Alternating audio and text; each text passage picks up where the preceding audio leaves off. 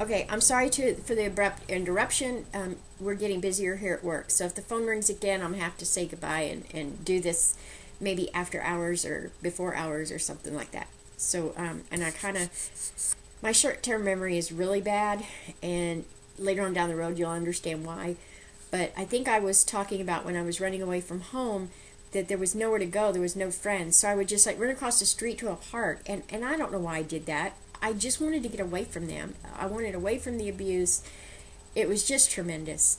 Um, the things that happened from here on out, um, there's one instance that I do want to tell you about, and it's really important because I I think my mom blamed me for her first marriage going sour because she was pregnant with me. She had to get married, but I just don't think we are so much alike. I find myself so much like my mother. I don't think she liked me. I was too much like her, and I think she hated herself, and I think she hated me because she hates herself.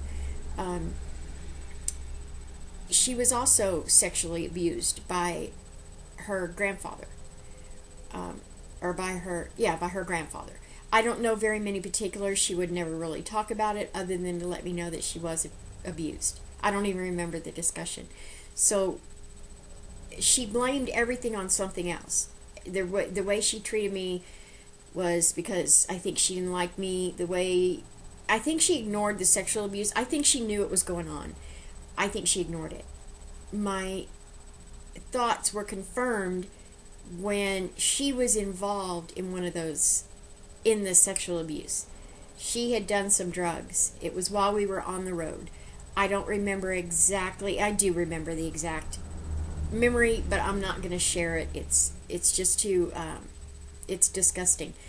But she was involved in the sexual abuse. I confronted her later on in life about this. She was. I tried to talk to her, but she was so wrapped up in herself, in her disease. She denied it, and she said, "Oh well, I forgave your stepfather." And I don't buy that. I think she knew the whole time, but that doesn't. Again, all I'm giving you is some background history. That really doesn't matter either, because the simple fact is I was very, very abused, both physically and mentally, emotionally, and sexually. So I was one messed up girl.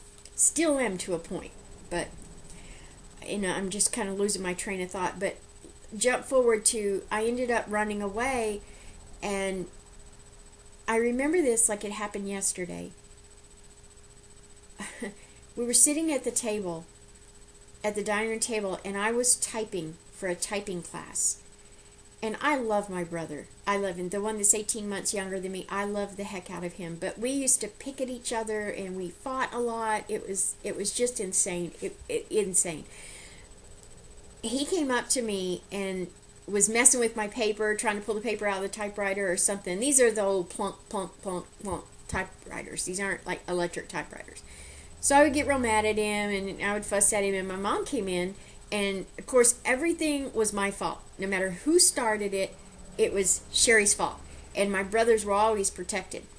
Well, at this point they were.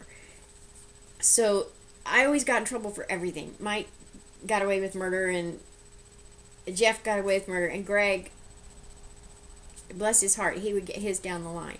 So anyway, I remember her coming at me, and she slapped me, and my chair went back. We had some kind of china cabinet or shelving behind the chair where I was sitting. I was in the dining room, and I remember falling back in the chair. I guess I was leaning back in the chair, and she slapped me, and I fell back at the chair. I fell out of the chair, and I grabbed the table leg to pull myself up. Well, it wasn't exactly the table leg, it was her leg, and I didn't mean to. I was just grabbing at something to pull myself up, but it was her leg, and she fell, which put her into an MS attack. She ended up going to the hospital, and while she was in the hospital, she told my stepfather that she would not come back home unless I was gone, that I had to go. So I'm 16 years old, 15 or 16, I don't remember exactly, and I didn't know where to go. So I went to the only friend that I had, and her name was Kathy, and I went to go stay at her house, and I ended up They gave no support. They said they would help whoever I was living with take care of me, but they didn't. They never gave anybody anything. And that's another thing. We really didn't have money growing up. My mother couldn't work, so we were. I don't think we were poor, but we weren't. We were lower middle class. We were lower middle class.